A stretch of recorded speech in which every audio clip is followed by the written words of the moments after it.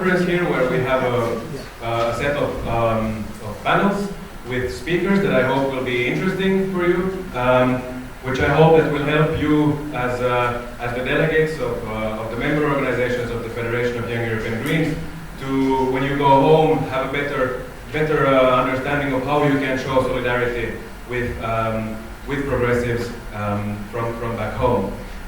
We also want to engage in a debate with people here in the Czech Republic, so there are also participants here from who are local people interested in these issues, and we welcome you very warmly. So yes, thank you also to the Heinrich Böll Stiftung office in Prague who supports us in organizing this conference. And I will now give over to Stacy, who is the spokesperson, Stacy Molotina, spokesperson of Mladí Zelení. Hello everybody, good evening. I'm Stacy from Mladí Zelení, and welcome to the Spring Conference, which will tackle the issue of the crisis of democratic governance in Europe.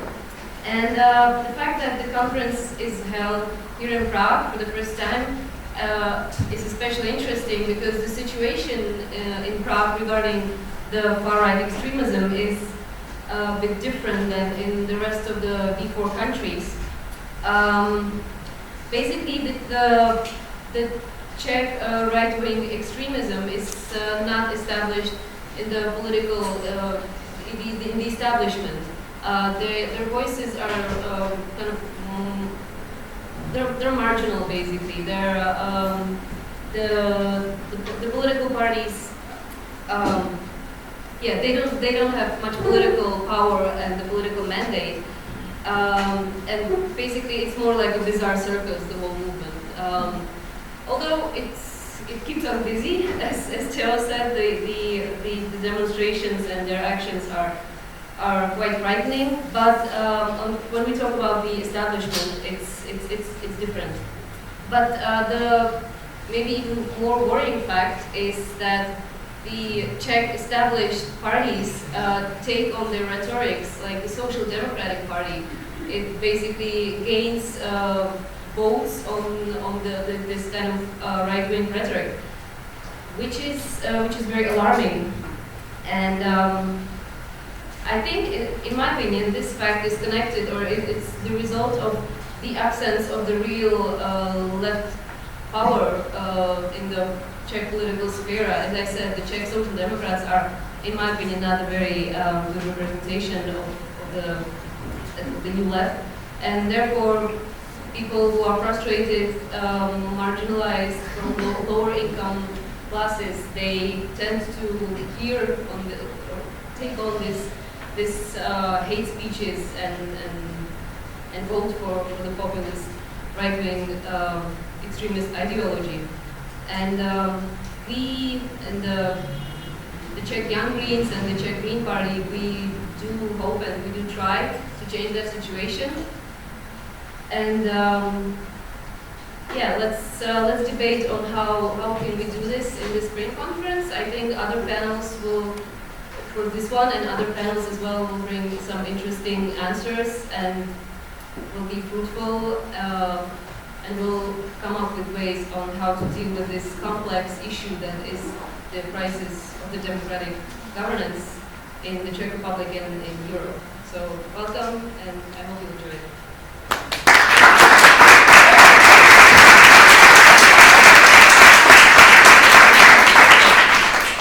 I'd also like to thank the speakers for joining us. Maybe Karolina, the moderator, will introduce them. All right, welcome everyone. Thanks, Theo and Stacy, for the introduction. I was almost worried you were going to take over and become the panelists. But I'm sure that there is many more interesting pieces of information that are coming from the panelists that are actually sitting on the panel. One thing that I want to say up front is we heard Stacy talk a lot about the far right.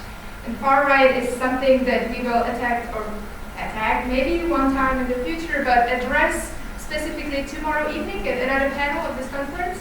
Today we would like to offer you a panel that will address the social moods and political moods in the Visegrad 4, in the Poland, Hungary, Slovakia, and Czech Republic. There are 4 countries that were lumped together or joined in 1991 by the establishment of the Visegrad Declaration, which was basically a founding document that after freeing themselves from Moscow, these countries declared that they would like to set on a path of Westernization. Since 1989, when these countries undergone a democratic revolution in most cases, a lot has changed. And these days we are observing a certain reversal of that trend. We can feel the social and political mood of this region changing a lot, with Orban's autocratic tendencies, constitutional crisis in Poland, our Czech President Zeman's sanctioning of xenophobic moods into society, and in Slovakia the election of neo-Nazis into the parliament. We can feel that things are seriously changing, and we are wondering whether we are still heading into the West, or, as the title of our panel suggests, we are headed back towards the East.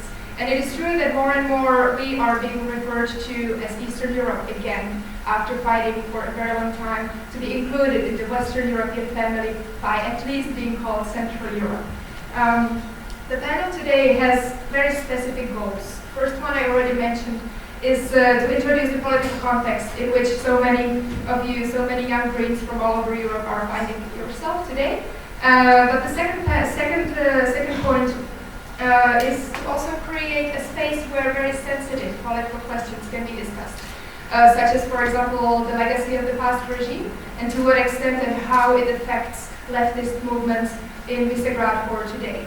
And the third main goal, and one that I would very much like to emphasize, is that we do not want to invite you on a tour of the freak town, Eastern Europe, and exhibit to you how xenophobic and undemocratic we have become, but instead to lay out the facts and maybe introduce very cool civic initiatives that have developed in these countries that follow a different tradition, that one of democratic revolutions in the 90s.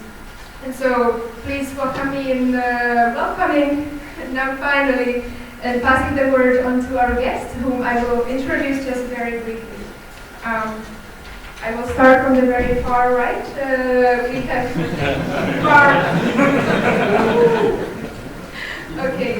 we have the honor of welcoming Radovan Gist, who comes from Slovakia to us. As you will see, we have a perfect representation on this panel, or almost perfect. And Radovan has earned his PhD in political theory at the Slovak Academy of Science. He also teaches in Bratislava today at the Comenius University.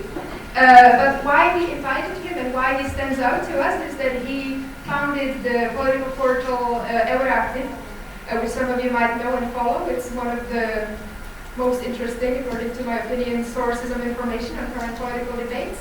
And that is why we invited him to shed some light on the discourse in Slovakia and maybe also on the dynamic within the entire region.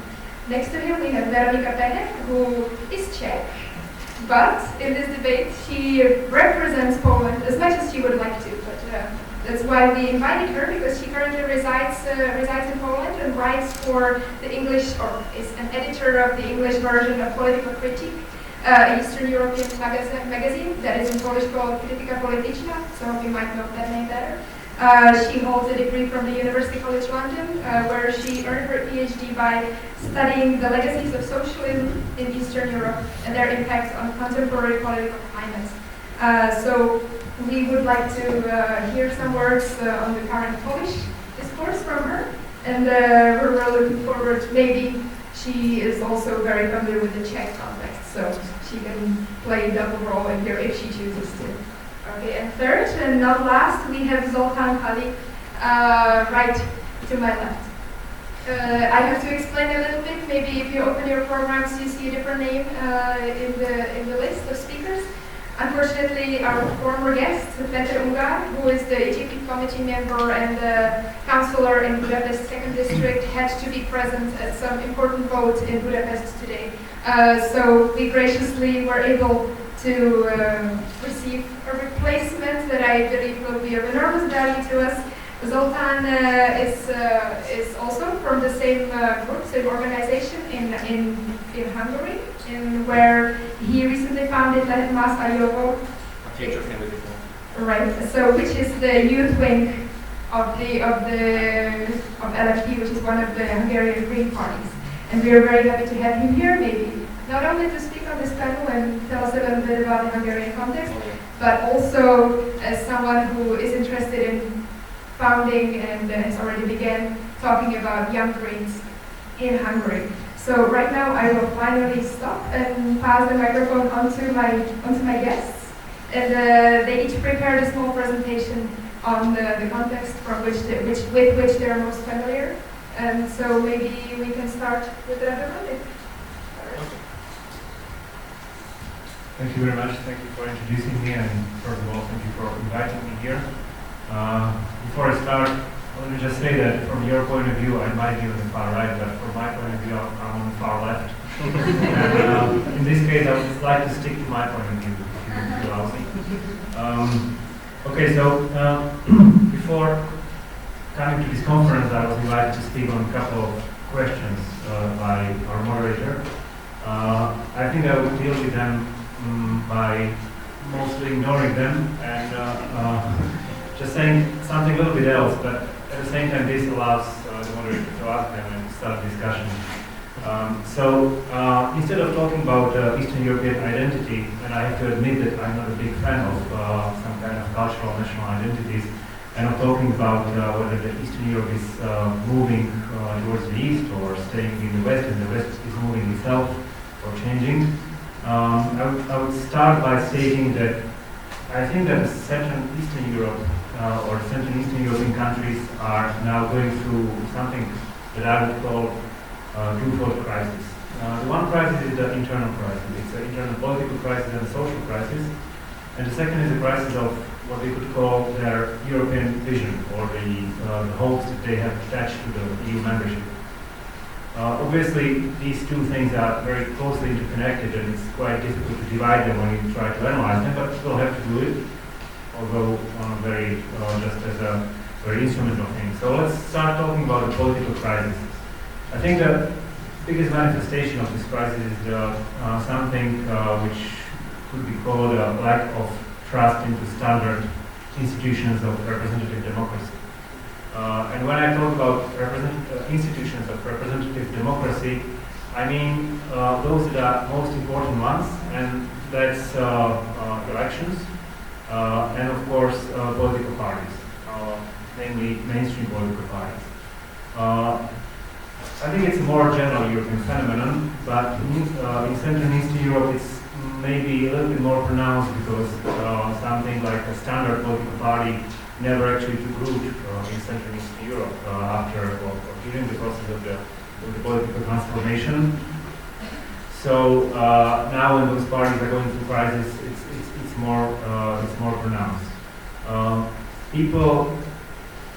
There is a growing group of people, which I think now is becoming the majority, believe that through those standard channels of representative democracy, or those standard channels have very little impact on their real lives, meaning whoever is elected in the elections or whoever forms the government, very little changes in fact. There are other things like contact between political and economic elites, let's say interests of strong economic groups that are actually deciding the politics and the policies of the countries, and it's not the actual choice of voters in the election. So that's I think the biggest or the strongest manifestation of the political crisis. When it comes to social crisis, I think again the strongest manifestation is something like a divided society. Economic transformation has surely created some winners. There are people who have now or they are enjoying standard of life which is comparable to Western European countries. But there is a growing group of people who perceive themselves as losers. People who feel to be on the losing side, whatever happens in the country, and whoever wins actually the elections. Official discourse is saying that it's their fault because they are maybe lazy or stupid or not enough laborious. And of course, I mean, this official discourse is also influencing the way that people perceive their own situation. But at the same time, this gives very little comfort when you have to actually feed your family from something like 600 euros, and you still can call yourself lucky one because your neighbor is unemployed and has no chances of being employed. So there is a growing group of people which feel that they are somehow left out from what is officially called modernization of Central and Eastern Europe. And those people are losing hopes into, first of all, they are losing trust into any hopes that were attached to European integration, but also to the overall transformation process of something which was called the democratic revolutions from the end of the 80s. I'll try to talk about it a little bit more later, but now I'll get to the second crisis, and that's the crisis of the European vision in Central and Eastern Europe. Our countries have associated very different things and hopes with their EU membership in the end of the 90s and beginning of this century. For most, EU membership was promise of some political stability, economic development. There was an implicit promise that the EU membership would bring some kind of social welfare for most of the people, with something which was very often called Western quality of life. The problem is, and for some countries, and I'm talking specifically about Slovakia, my own country, EU membership should have been something like an escape from their own demons from the past. Be it authoritarian rule under Prime Minister Mečiar, be it nationalism, xenophobia, and so on and so forth. But now, again, there is a growing number of people that are realizing that those hopes did not come true. I mean, we are members of the European Union, but still, I wouldn't say that the economic development is bringing fruits to each section of society, and surely not in a comparable way. We are members of the European Union, but still there are growing autocratic tendencies in our countries. So people are actually asking, what is the EU membership for us? I'm not saying that this is the fault of the EU itself, even though we have to be honest, EU is still first and foremost a common market, a political or polity which could create or bring some kind of social fairness, or which could stabilize democracy or prevent democratic failures. But still, I think that there is a much bigger fault which could be laid on the national political elites, political and economic elites.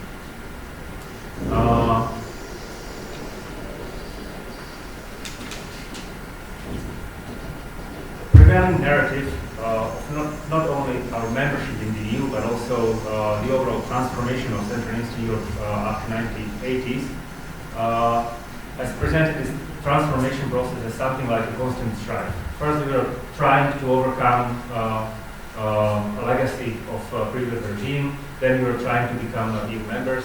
Then we were trying to become those, at least in Slovakia, maybe not so much in Czech Republic, in a group of those most integrated countries, members of the Eurozone, members of Schengen, and so on and so forth. So this was a constant strife. And after we have achieved everything, after we have become formally real part of the Western Europe, well, then there was just nothing. There was nothing left to be dreamed about, there was nothing left to try for. The only thing that remained in front of us was, I would call it grey capitalist normalization, like a normal life in a capitalist society.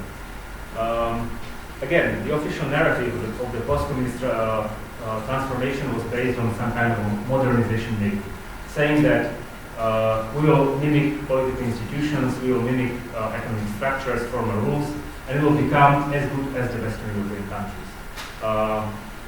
EU membership should have been the seal on our modernity. At the end of the day, when the dust settled after our race to the West, we see that we might have been part now of the global X, even though as a poorer cousins, and I will stop. Even though as a poorer cousins, we are part of the global hubs. But still, the transformation process has created a country which is actually something like marked territories divided into fiefs for those who are actual winners of the transformation, where everything is for sale. Industries, football clubs, political parties, posts in government, and so on and so forth. So, and this is what I believe is the actual root of the authoritarian tendencies, let's call it, in Central and Eastern Europe, and which is also root of growing insensitiveness to violence and hate, which manifested itself so rapidly in the migration crisis. I'll stop here, and I think more things will be discussed. Thank you so very much. I'm very glad for the more general overview, and maybe now Veronica can give us something a little more specific or take a little different take. So let's see what she has for us. Thank you. Thank you very much for the introduction. Thank you for the invitation. To start off, I'm just going to say a few words about myself and where I'm coming from. So I'm here as a member of Kritika Polityczna, which is a big independent media and activist organization in Poland, which has an online daily and quarterly journal. It also runs a publishing house. It organizes many projects to do with gender equality, LGBT rights, and other minorities. It also runs debates and centers in various various cities in Poland. So it's quite a large organization that does many different things, and one of the things we do is to run an English language online magazine called Political Critique, which I'm an editor of. And the idea of this magazine is to provide a space in English for organizations within the Visegrad region to share news and stories and analyses and opinions. So I very much welcome the topic of this panel, which definitely addresses exactly the kinds of things I'm thinking about every day. And so what I'd like to say is that from this work, from editing this magazine that focuses on this region, it's definitely clear that there are some common topics amongst the Visegrad countries. Certainly these countries have gone through somewhat similar developments after 1989, are facing similar issues, and have also in different ways taken a distinctly right-wing turn, as already been mentioned. But I'd also like to point out that I don't think that these common dynamics should necessarily be read through the prism of some kind of regional identity. I don't think that this kind of identity politics is very helpful. It's much more productive to look at specific problems that these countries share and how they can be dealt with on a level that's larger than simply the level of the nation state. But maybe what I'll do now is to talk a bit more about the situation in Poland. I guess that's possibly quite interesting because, as perhaps some of you know, in October last year, in the elections, the Law and Justice Party gained a complete majority in the parliament. So Law and Justice in Polish, known as PiS. It's a rather unfortunate acronym, obviously in English, but I'll make sure to pronounce it in the Polish way to kind of, not confuse it with something else in English. So ever since they got into power, PiS have been enforcing a series of quite controversial changes, really kind of on the level of institutions. One of the first things that they did was to intervene in the functioning of the Constitutional Court in a way that really kind of cripples the democratic functioning of the state.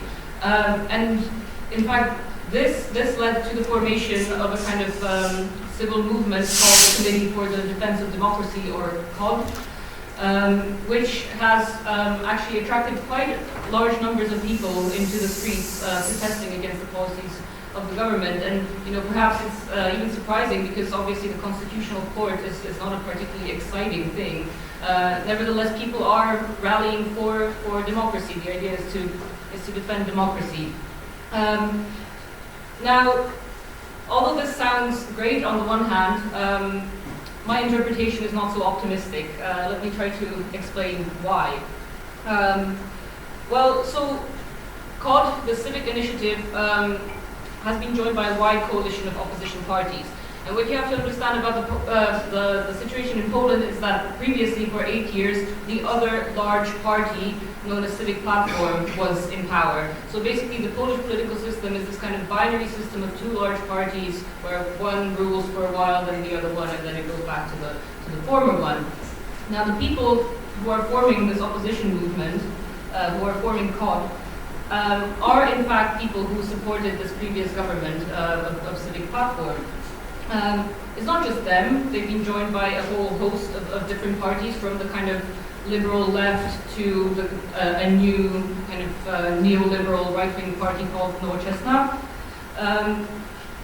But in fact, I would say that the kind of alternative that the civic movement presents to the ruling party is no real alternative. It's just returning to the status quo ante, it's just returning to what was there already. People are rallying to kind of support the people who were partially the cause, or largely the cause, of why peace came to power in the first place, because people were frustrated and disillusioned.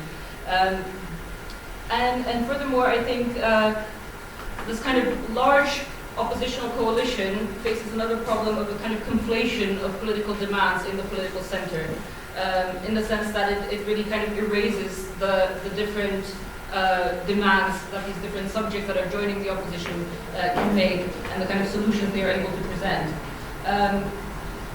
So I think we have to ask, if people are defending democracy, what kind of democracy is it that they are defending? In fact, it seems that this movement, which claims to be apolitical, is actually possibly thinking of forming a political party of its own, a kind of broad coalition that might enter the next elections. It's very unclear, because the elections will only happen in 4 years, but they are already kind of forming a new movement called Equality, Freedom and Democracy. So we'll see what happens there. Now, another interesting development, and maybe one that gives a little bit more hope, is also the rise of a new left-wing party called Razem. Razem was formed about a year ago. They didn't make it into parliament in the elections in October, but one thing that they've decided to do since then is to stay out of this mainstream opposition movement. And this seemed, at the time when COD was forming at the end of last year, this seemed like a kind of very ill-advised step. It just seemed a step towards complete marginalization. But in fact, in retrospect, I would say that it was quite a smart move, because they are able to present themselves as somehow different to all these kind of mainstream established opposition parties, and to perhaps offer some kind of alternative. And they've been quite good at organizing, for instance, protests against the proposed complete ban on abortions, which was already mentioned here. So they were kind of the initiators of that, and that gave them a kind of public profile. Addressing the reasons why we're in the situation now in Poland, why all this has happened, I think I would, to a large extent, agree with what Radovan was already saying. I don't think that we should blame the lack of civil society or necessarily the EU. It's largely the fault of local political elites and their failure to address the real problems, and the fact that instead they have been focusing on symbolic wars. I don't think I need to kind of repeat the whole kind of narrative about the transformation and frustrated people. We've already heard that to a certain extent. But what I would like to say is that in terms of these frustrations, what's actually interesting and also worrying is that peace is not necessarily addressing the people who are really the most frustrated in society. They're actually kind of speaking to the lower middle classes. I recently interviewed a Polish sociologist who's conducting research on who the different electorates are of all the different parties. There are some quite surprising results.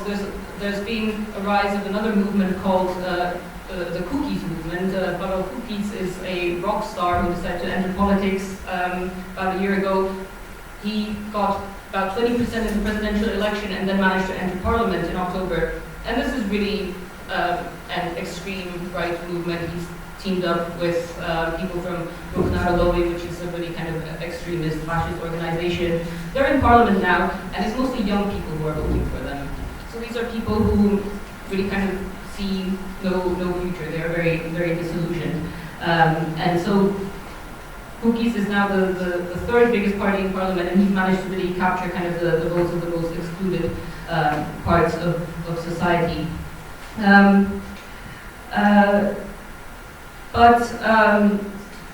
Given this regional narrative, I mean, I'd also like to point out that I think that while this story explains a lot of what's going on in the Visegrad countries, I think this is also a wider European crisis, and this is also something that Evelyn already touched on, but this kind of model which caused so much frustration in Poland, that there are these two big parties which don't necessarily offer distinct alternatives to each other. I mean, this kind of binary system is becoming exhausted in other parts of Europe as well. I mean, we recently had the election in Austria, where the success of the candidate of the FPÖ definitely indicates this kind of disillusion. So the kind of argument about the transformation and the economic peripheralization of the region is definitely very important. It certainly aggravates the situation, but we're also facing some kind of wider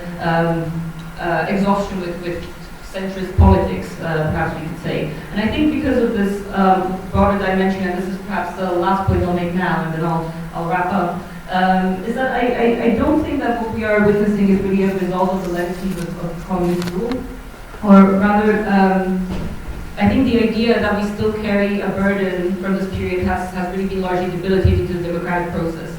I mean, of course, history matters, but it shouldn't be allowed to matter too much in political discourse.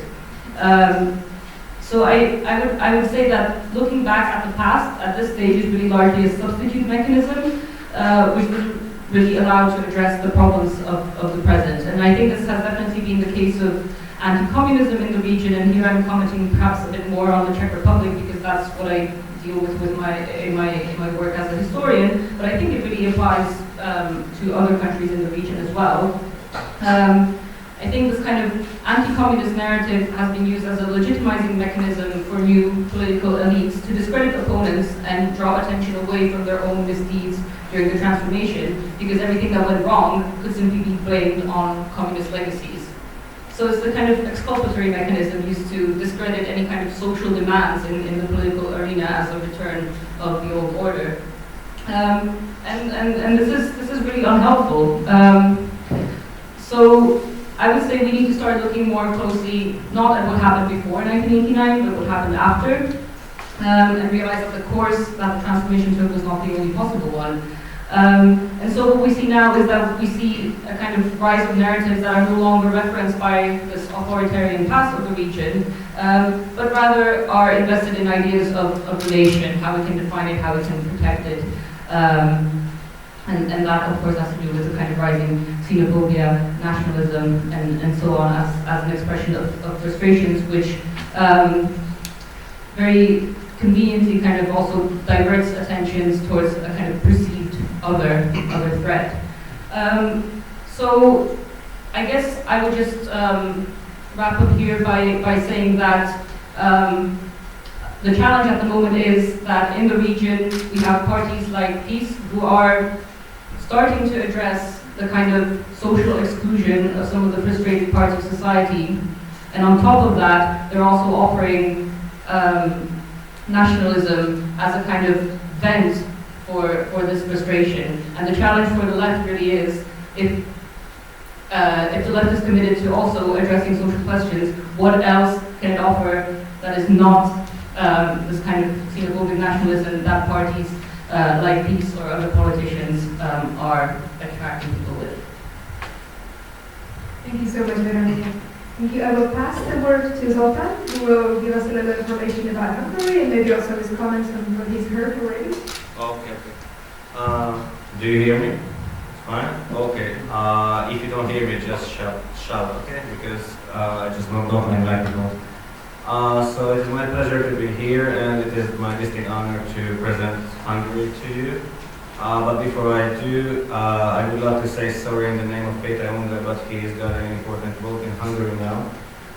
This is how Fidesz works, Viktor Orbán's party, you know, just, hey guys, there's a vote next week, okay, and then he hasn't got a choice, so he couldn't come, and this is why I replaced him. I'm Zoltán Pali, I'm a Green Youth activist, just like all of you.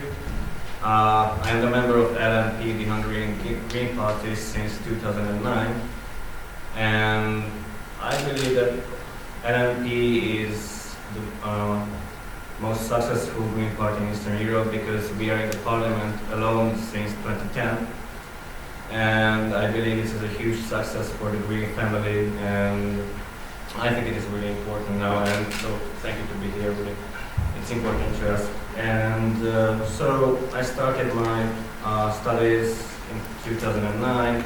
I studied political science. I have a bachelor diploma, and I have my scholarship in Estonia, and I'm still continuing my studies.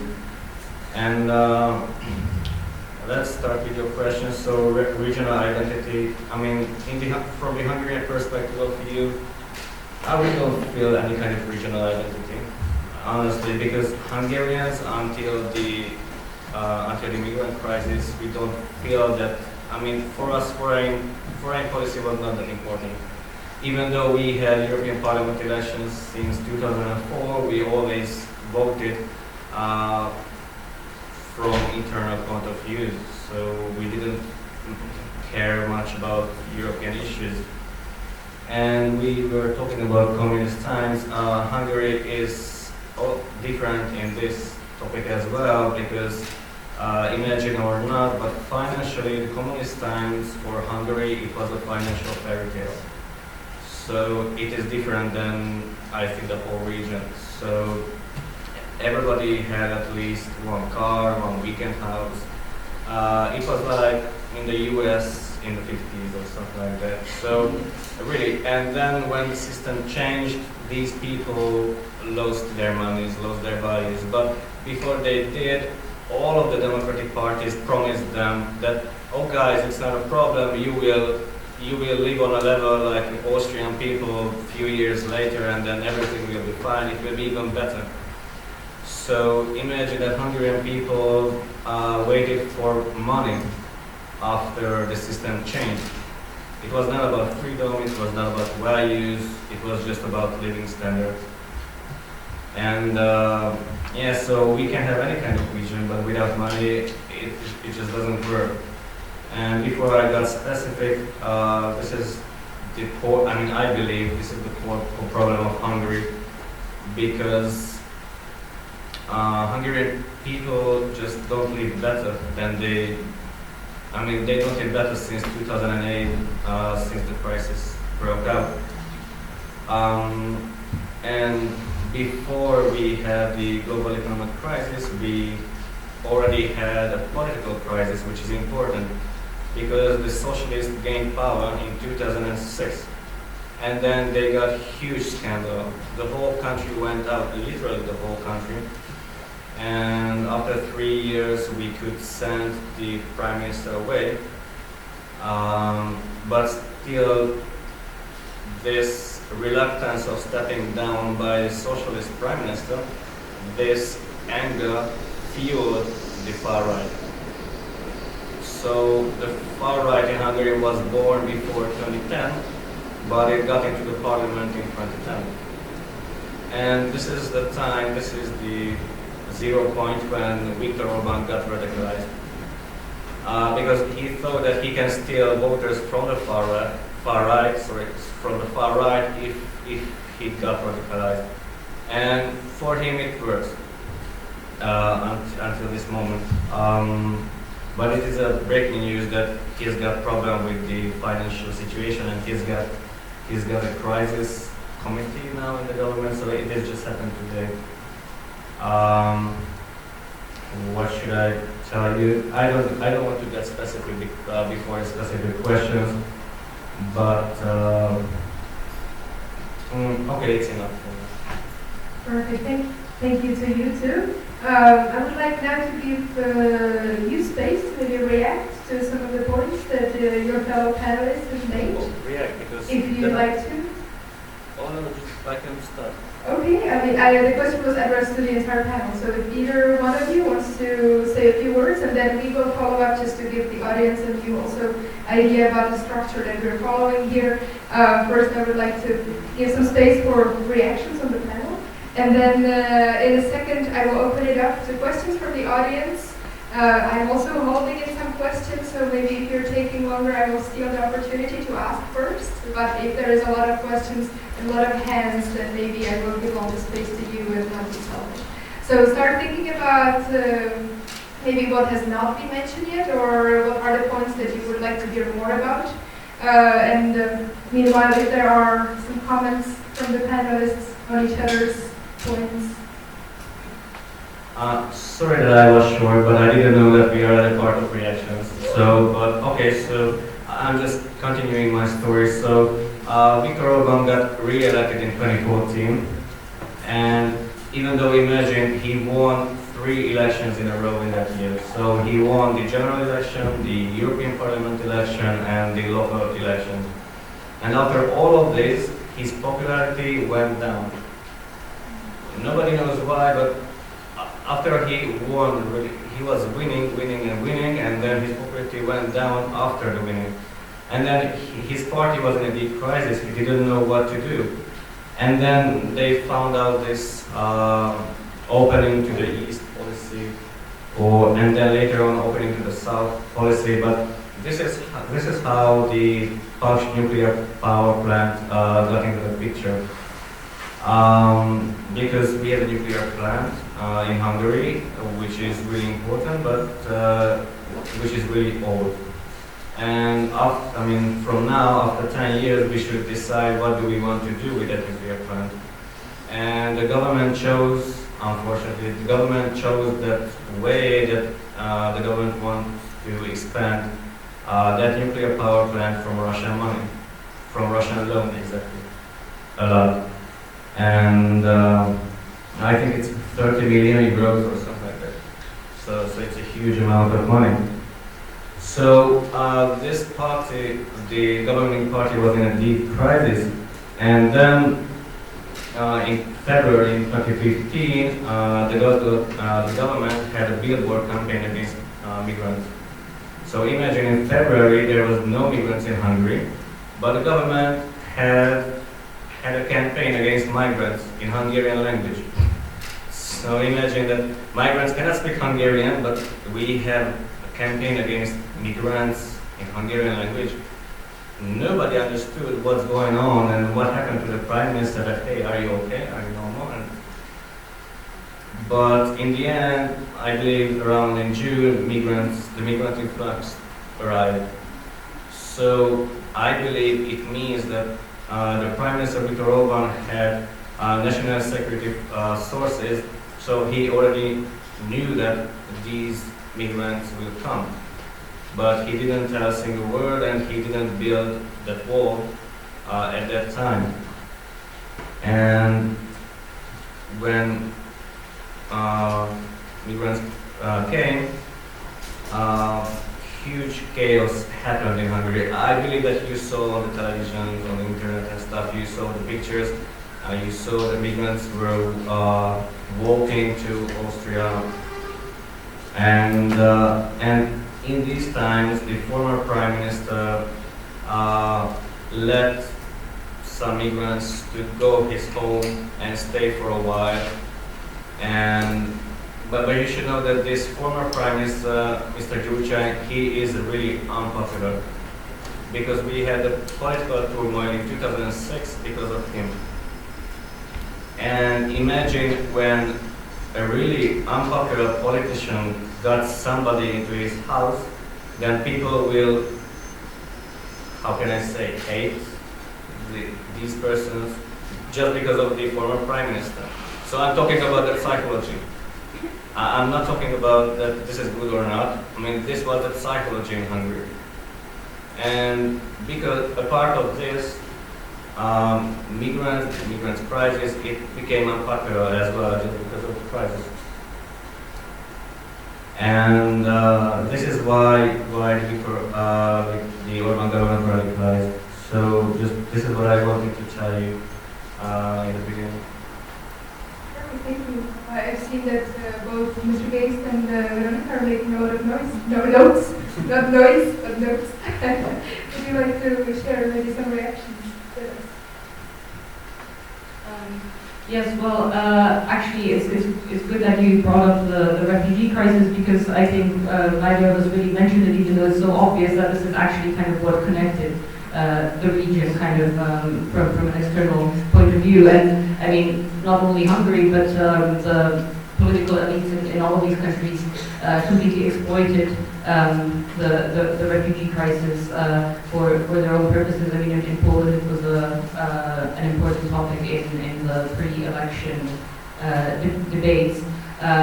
In the Czech Republic, it's a kind of event that completely structures public discourse, even though it's actually something that doesn't directly concern the Czech Republic in the sense that there are no refugees here. Yet it has completely come to dominate. So it's, you know, if we're talking about this region as a region, obviously as Karolina mentioned, it has been around as a kind of political construct since the early 1990s.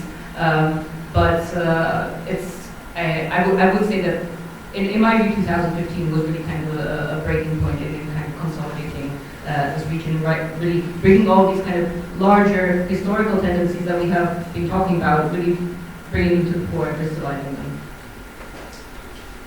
Thank you. Maybe just to add to the refugee crisis, well, I would fully subscribe to what you said, that the refugee crisis was instrumentalized or exploited by the political elite in each of these countries. In Slovakia, it was the government at the time, but also it's important to say that none of the opposition parties was actually saying anything different, except for one, maybe, which was saying it but a little bit quiet, not to disturb human orders. So that's true, and this would also lead me to some kind of something which I think has to be said in the overall discourse now in the Western Europe. I don't believe that actually societies in Central and Eastern Europe are more xenophobic or intolerant in this sense. I mean, there are structural reasons why it's easier to provoke xenophobic reactions in Central and Eastern Europe, and you can find it. I think you can find it when you compare Western and Eastern Germany in the way that people reacted to refugee crisis. But it's but in fact, what happened in Central and Eastern Europe, that very xenophobic way how people reacted was or could be to a large extent blamed to political elite, which just decided to use the issue for their own goals. Also, there is another thing I found quite interesting, because it was in all presentations here. In Central and Eastern Europe, its development is often presented as some kind of conflict between traditionalists and modernizers, between the Westerners and the Easterners. I think it's a complete fallacy. I mean, I don't believe that it's a cultural conflict. If you look at some kind of populist backlash, you can call it, in the Central and Eastern European politics, you can always find behind, you can always see that it's very much an issue of social or lacking social fairness and lacking political representation. Plus the fact that, again, and that's something which must be stressed, even the mainstream politicians and the mainstream political parties had used time to time, and rather quite often, some kind of political populism and some kind of intolerant ideas to increase their popularity. Maybe we can talk about the fascist tendencies in Central and Eastern Europe, and I certainly think that there are some. There are some also in Western Europe, but there are definitely some in Central and Eastern Europe. But then I would use I think it's Horkheimer who said that you can talk about fascism if you refuse to talk about capitalism. What we are seeing now in Central and Eastern Europe is that we are actually closing to the limits of something which could be called a peripheral capitalism. And that's creating the problems. It's creating social and economic problems, but it's also creating political problems.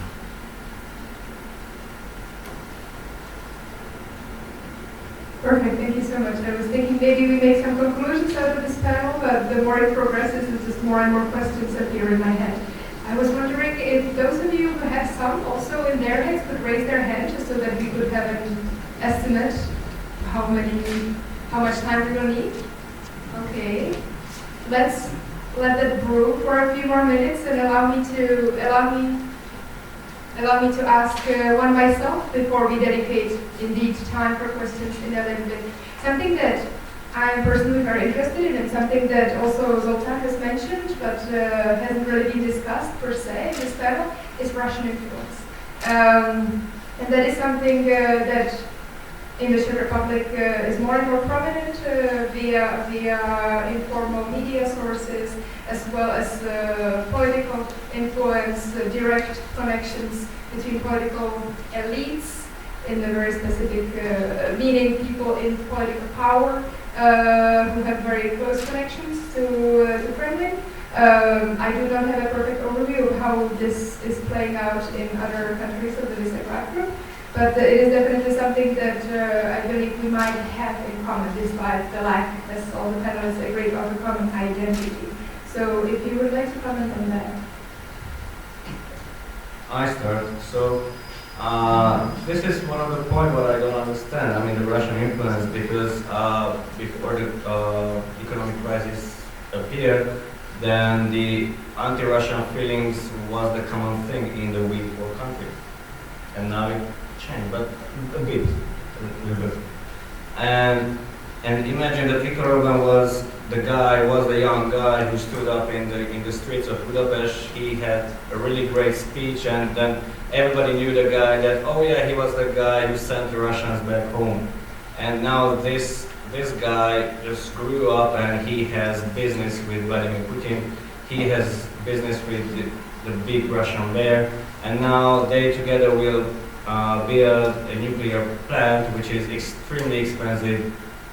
We still don't know how big our national debt will be,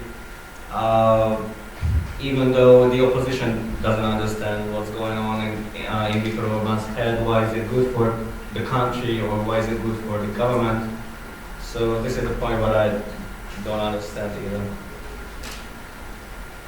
I think Poland might be to an extent the outlier in this case, because Jarosław Kaczynski and these are very anti-Russian, but they're also orienting themselves against the EU at the moment. So this is really a problem for them. I mean, I don't have any kind of prognoses as to where this might lead, but it seems that it can only lead to a position of greater isolation, really, because peace is certainly pursuing or kind of exploiting the anti-Russian moods in Polish society, which are very strong. I mean, one of the things they're also embarking on is a new kind of historical politics. They're very interested in kind of interfering or kind of setting a new agenda in education and thinking about history, and definitely showing kind of how Russia has played a very negative role. So I don't know, in this sense, this might be a bit different to what Zoltan was describing. I would agree that Poland is a bit different because of history, and also because of the way it defines its own nationhood, let's call it, specifically because of the way it is defined on the conservative part of the political spectrum. Well, you know, talking about Russian influence, in the communist times, they like to blame any problems that countries and societies have on the Western influence and Western propaganda. On one hand, yes, there was a Radio Free Europe, so the US was trying to interfere into, let's call it, political social discourse in the Eastern European countries. Yes, Western European countries were supporting dissidents and were publishing books and, you know, trying to support any kind of anti-regime thinking and forces in those countries. But at the same time, it was not because of the Western influence and the Western propaganda that the communist regimes fell, it was because of their own problems. So I would say yes. I mean, Russia is financing some publications, it's supporting some groups, but it's actually only trying to use opportunities opened by somebody else, and it's not doing it very wisely sometimes actually. But it's using opportunities that do exist because of internal reasons in these countries. In Poland, they are more limited. In Slovakia, I think they are bigger. To some extent also in Czech Republic, in Hungary. And there is another factor, which is again not present in Poland. Some of those rather authoritarian politicians are looking for new role models, and they can find a role model in Putin's leadership to some extent. So yes, Orban might be inspired and might try to look like a strong leader and so on and so forth. But again, this is I would say I would call it a secondary factor. Okay, thank you so much. I will now ask Hansali, who has agreed to pass the microphone there was a question at the back, I think.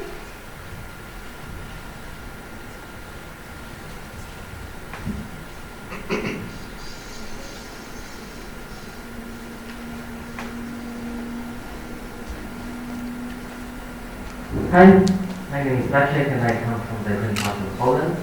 So I have a question to Veronica about Poland. Because you have described the political developments of the last few months, like the constitutional crisis, the emergence of court, mass protests, and so on and so on and so on. But all those events do not change the political sympathies of Poles. Now peace is still still leading the polls, and if the elections would have take place today, peace would have now still won and still vote for the majority government. All the other parties now combined could have a worse result than peace. And the Razem, which you now describe as perhaps the best hope for that, now has 2, maybe 3% or in that also they still wouldn't be in person, they wouldn't be able to change Poland. So my question is as follows: what is your proposal? How to change this? How to change this bad trend and make progressive forces more popular and the nationalist right-wing forces less popular? Thank you. Okay, well, thank you very much. I mean, that's a big question. I'm not sure I have, the right recipes. Yes, peace is very popular. You're absolutely right. They've introduced a number of populist steps, which are really kind of keeping them in power. I mean, one of these steps was the so-called 500 plus program, where they're handing out 500 zloty to each family with a second child, and this in places where wages are very low in certain regions of Poland. This is a lot of money, and this has made the government very popular with a lot of people. So unfortunately through certain very well selected populist steps, they are not losing support. That's the situation. What can everybody else do? Well, I think everybody's racking their brains about that in Poland. The people who didn't vote for peace. I think the solution is not for COD and all these other opposition parties to enter the next elections as some kind of like one platform, one subject.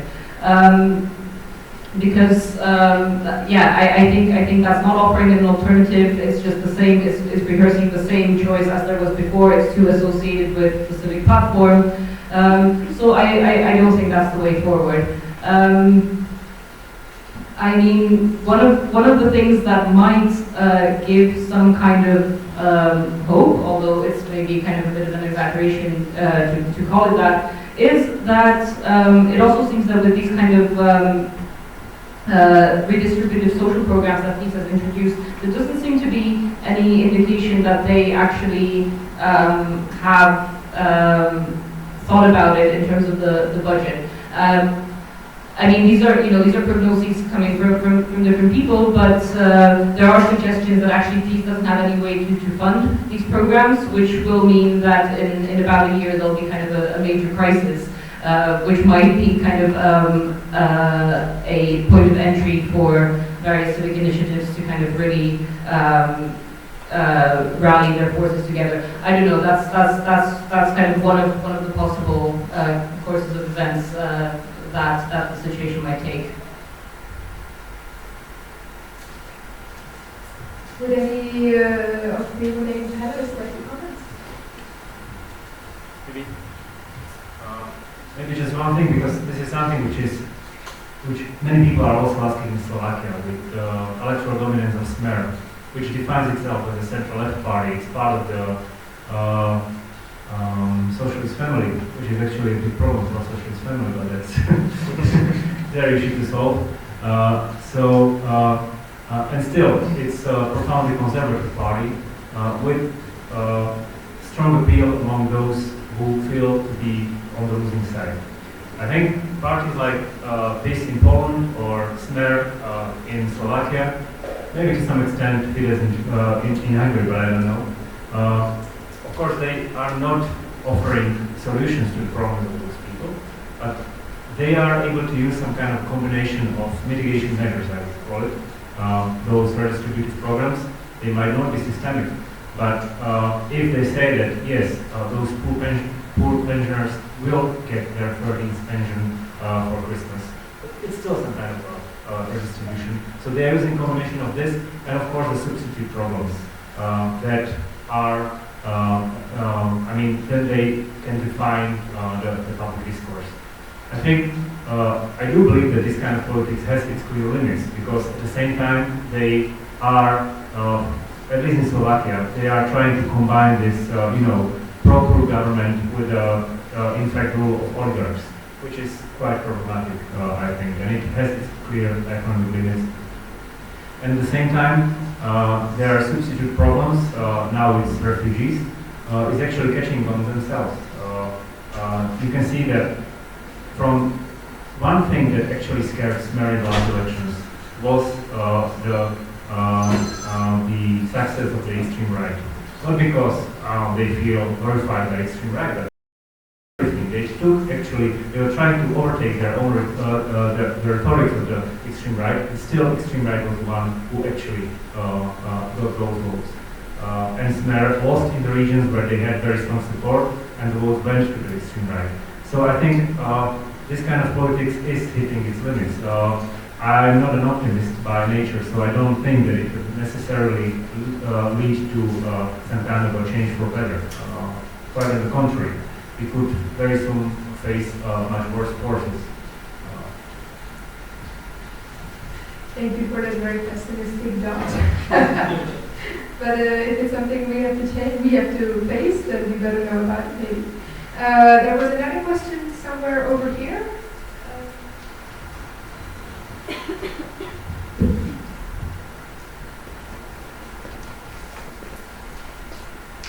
Hi, my name is Kai. I'm the spokesperson of the Austrian Young Greens, and in Austria we also had a very interesting election on the weekend, which we were narrowly able to prevent a Congratulations. Yeah, thank you. But it was still very close. It's like catastrophe avoided, so it's relief that there is cause for celebration. And one of the causes in Austria for the rise of the FPÖ, which has been going on for years, is that the Social Democrats, the Conservatives, also try to imitate the right-wing extremists. They imitate the language, the frames, the imagery they use. And in some other European countries, which are much deeper in crisis, such as Spain, you have other explanations offered to people why they are in a crisis. Be it like top-down parties like Podemos, or more bottom-up movements that developed from social initiatives. For instance, those affected by evictions.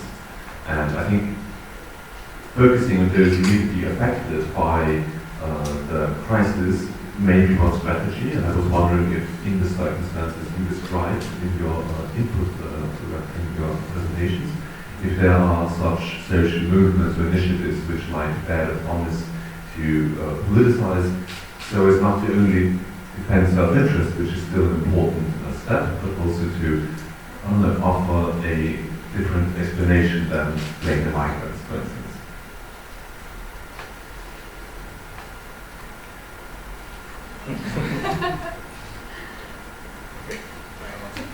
Thank you. That's a difficult question. But I haven't expected easy questions here. So, well, of course there are. One of the specificities of Slovak political terrain is that actually you always have 10 to 15% of voters who are ready to vote for anybody. So that's why you have one or two startup parties in each elections. Until now, those people voted mostly for some kind of a populist one-issue parties. At the same time, as I said, success of extreme right and success of populistic or extreme right politics pursued by mainstream parties, for example, in Slovakia, could be also or is partly a consequence of the fact that some people are economically, socially left out. There are some groups that are trying to, I would say, offer a better explanation for development. So far, they were not politically successful, and my guess is that it's mostly because of their very narrow social base. Mostly, those people are coming from the biggest cities, which in Slovakia actually means only Bratislava. They are rather well off, meaning that they are able to live quite comfortably also in our semi-peripheral capitalism, with very little connections to people living in poorer regions. And at the same time, they tend to explain problems in Slovakia in this fight between the traditionals and modernizers. I would call it some kind of a petty bourgeois politics. So that's not a real, that's not something I would call a real political or social alternative, actually. But this is, at this moment, the only alternative, which is somehow possible. And then, of course, you have small groups, you have small environmentalist groups, you have small social issues groups, but they are mostly monothematic. They try to avoid party politics, they try to avoid elections, they try to avoid any kind of notion that they are actually political. I think it's also a matter of development to some extent, and it's a result of this low legitimacy of representative democracy, and we would only see what would be the next development. But so far, I don't think there is a big political, very promising political alternative, at least in Slovakia.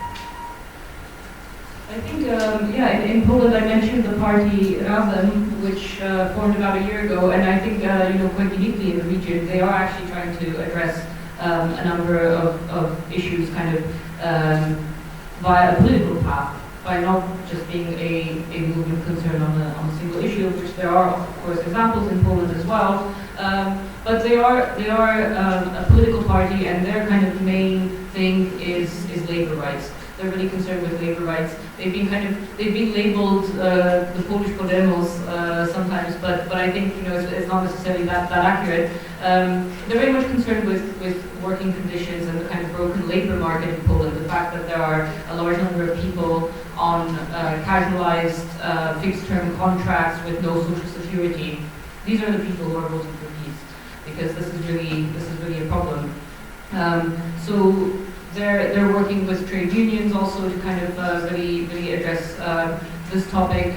They've got 4 years to go until the next election, so who knows, maybe they will actually manage to do something. So your question was about this social debt, right?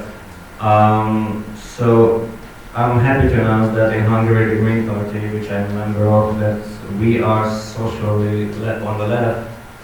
So we want to see no tuition fee for universities, for example, or we want to see social welfare. So imagine that in Hungary, there is no such as social welfare. So imagine that you work and then you are fired, and after you get fired, you got from the state, you got money from the state for 3 months, and after 3 months, the state doesn't help you. So this is why it's extremely bad in Hungary. And imagine in the same time in Hungary we have extremely big corruption, but it costs 3 billion euros in a year. So this is extremely huge corruption, and we also would love to fight against this. And Hungary is the biggest loser of the offshore companies because according to Tax Justice Network, since 1990, so when the system changed, 2.5 times more money disappeared from the Hungarian economy, and the Hungarian national debt is 80%, around 80% to the national GDP. So imagine it is a huge money, and 2.5 times more money disappeared than the national debt.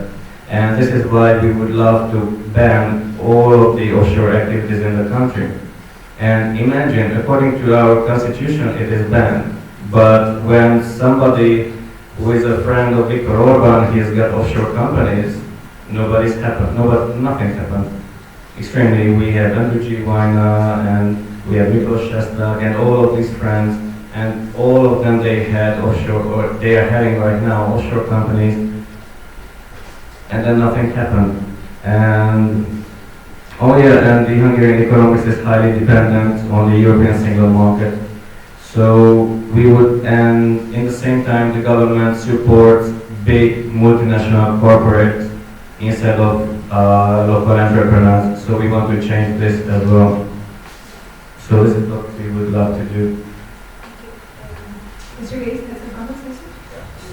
Just last point, because I do agree that Central and Eastern Europe has created an unfair system, unfair political and social. At the same time, this unfair system still holds together by a lot of coincidence. In the last geopolitical game, we ended up in the winner's camp, politically and economically. Some people have profited really well, the others just got some crumbs from the grounded. And I mean, you know, there are foreign investors which that had created some jobs, revived some parts of the economy. Thanks to open borders, unemployed could be exported to the West. You know, pillage state would have been finished by now were it not for the European funds, which are actually somehow still financing some development and so on and so forth. And people feel that it could and should have been better, but at the same time they feel that it could be much worse. I think this is coming to its end, and there is a growing pressure within the society. But at the same time, I would be reluctant to say that the outburst would be positive. No, it could be Podemos, or it could be Kristallnacht. It could be anything at this moment. And that's something I truly fear at this time.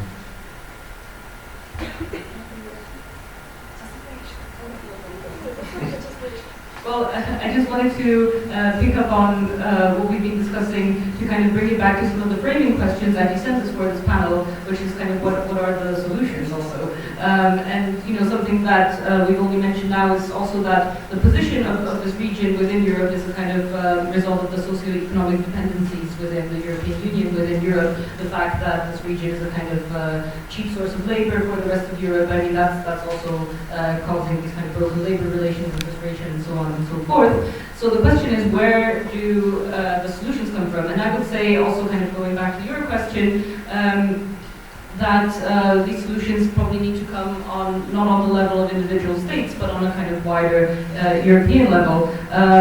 So, you know, this is something we need to start thinking about. I mean, I personally, I think some hope was given by the launch of the DiEM25 movement at the beginning of the year, but unfortunately that seems to have kind of petered out. I mean, you know, I don't think they kind of got the right end of the stick by focusing on transparency, because to be honest, I don't think that people will really mobilize to have online transmission from the European Commission.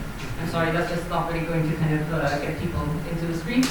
But you know, there are other kind of common European policies, you know, kind of ambitions, hopes that we could kind of be thinking about, such as some kind of common European social policy, some kind of common European working standards, and so on. So you know, this is just something I wanted to throw in there.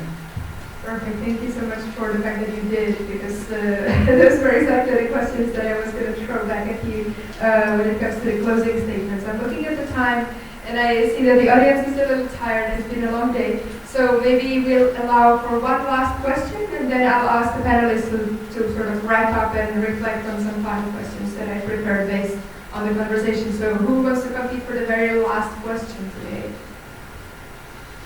Okay, I'll give preference to our guests, so our refugee members. And I'll ask the panelists to please just keep it brief. Thank you. Oh, and just so that you're not disappointed, we are inviting all of our panelists to join us for dinner. Some of them might, so we will definitely get the chance to ask more questions if there are any left. Thank you. Okay, so with the recent developments that in all of the Eastern European countries, so in all the Visegrad countries, kind of right-wing parties came into power, do you think that the Visegrad cooperation could turn into a more of a political structure? So they could form some kind of cooperation against or in opposition to Brussels?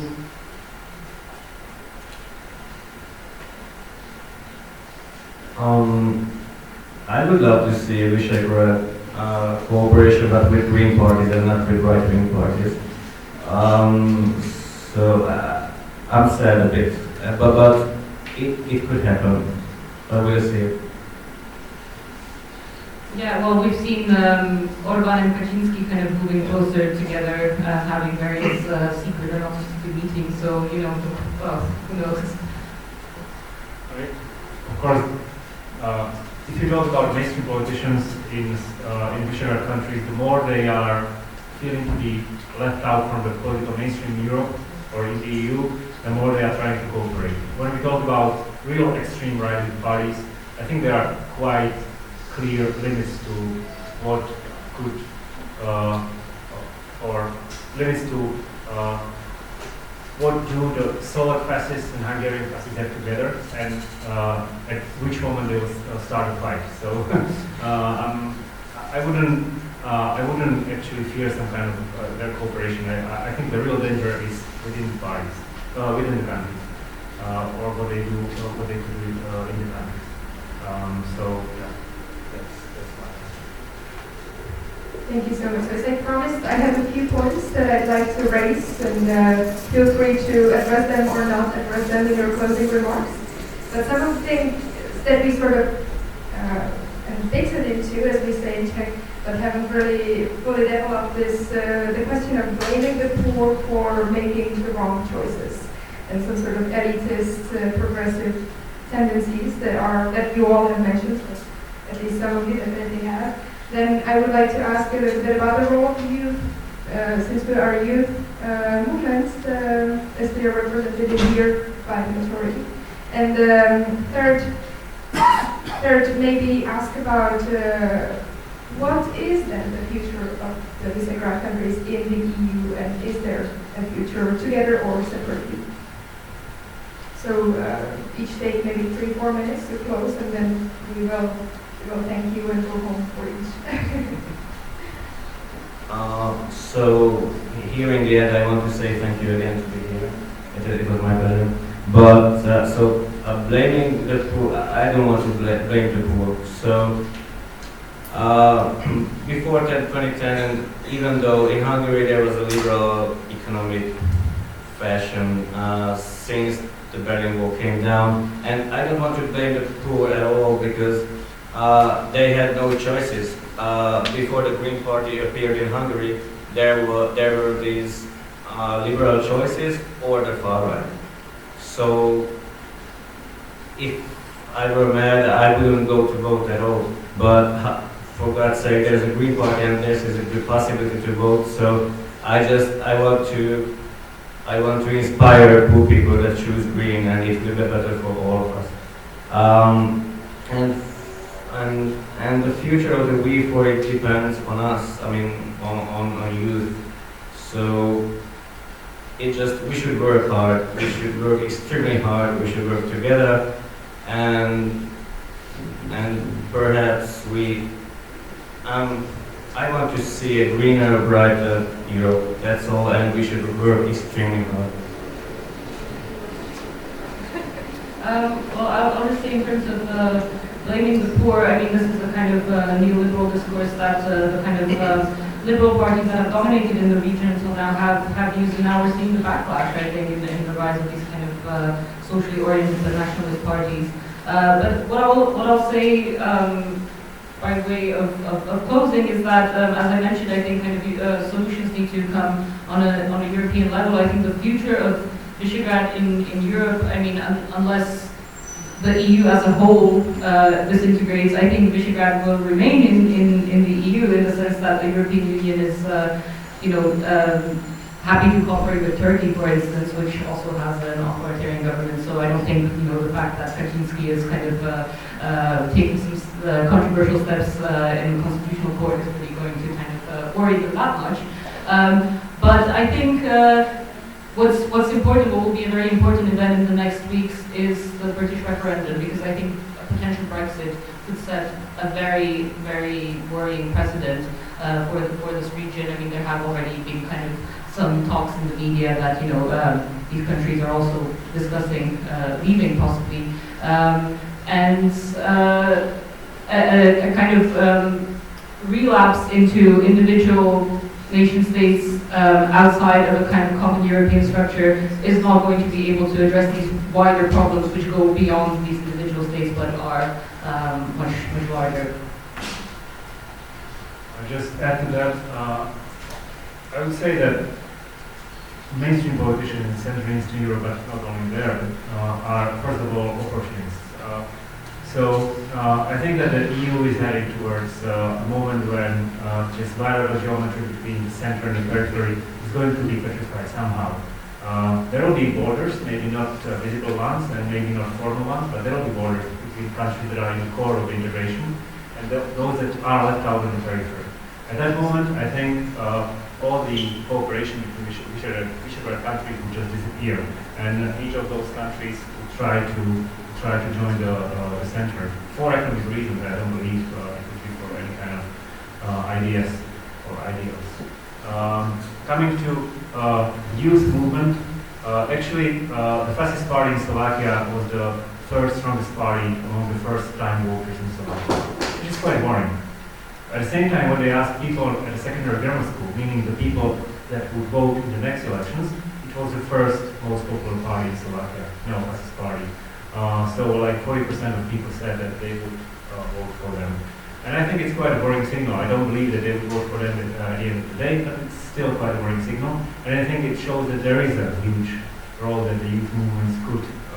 Democratic, social, green, whatever youth movement that they could do in Central and Eastern Europe.